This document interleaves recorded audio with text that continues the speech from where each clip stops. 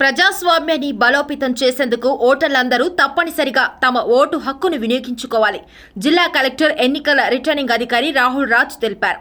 సోమవారం polling day సందర్భంగా మెదక్ జిల్లా హవేలీ ఘన్పూర్ మండల్ ఔరంగాబాద్ ప్రాథమిక పాఠశాల 211 పోలింగ్ కేంద్రాల్లో జిల్లా కలెక్టర్ సతీ సమేతంగా ఓటు హక్కు వినియోగించుకున్నారు.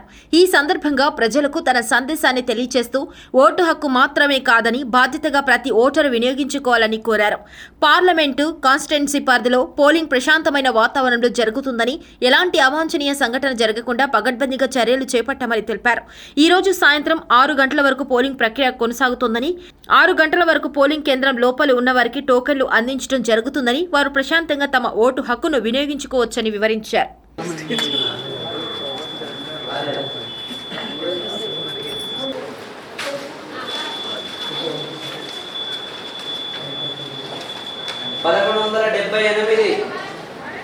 సంగిరెడ్డి శ్రీజ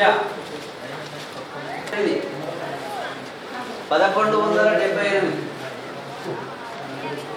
మెదక్ పార్లమెంట్ నియోజకవర్గ పరిధిలో ఉన్న ఓటర్లందరికీ సిద్దిపేట జిల్లా వాళ్ళు కానివ్వండి, సంగారెడ్డి జిల్లా వాళ్ళు కానివ్వండి, మెదక్ జిల్లాలో ఉన్న మెదక్ నర్సాపూర్ సెగ్మెంట్లు కానివ్వండి, ప్రతి ఒక్కరికి కూడా డిస్ట్రిక్ట్ అడ్మినిస్ట్రేషన్ తరఫున విన్నవిస్తూ ఉన్నాం.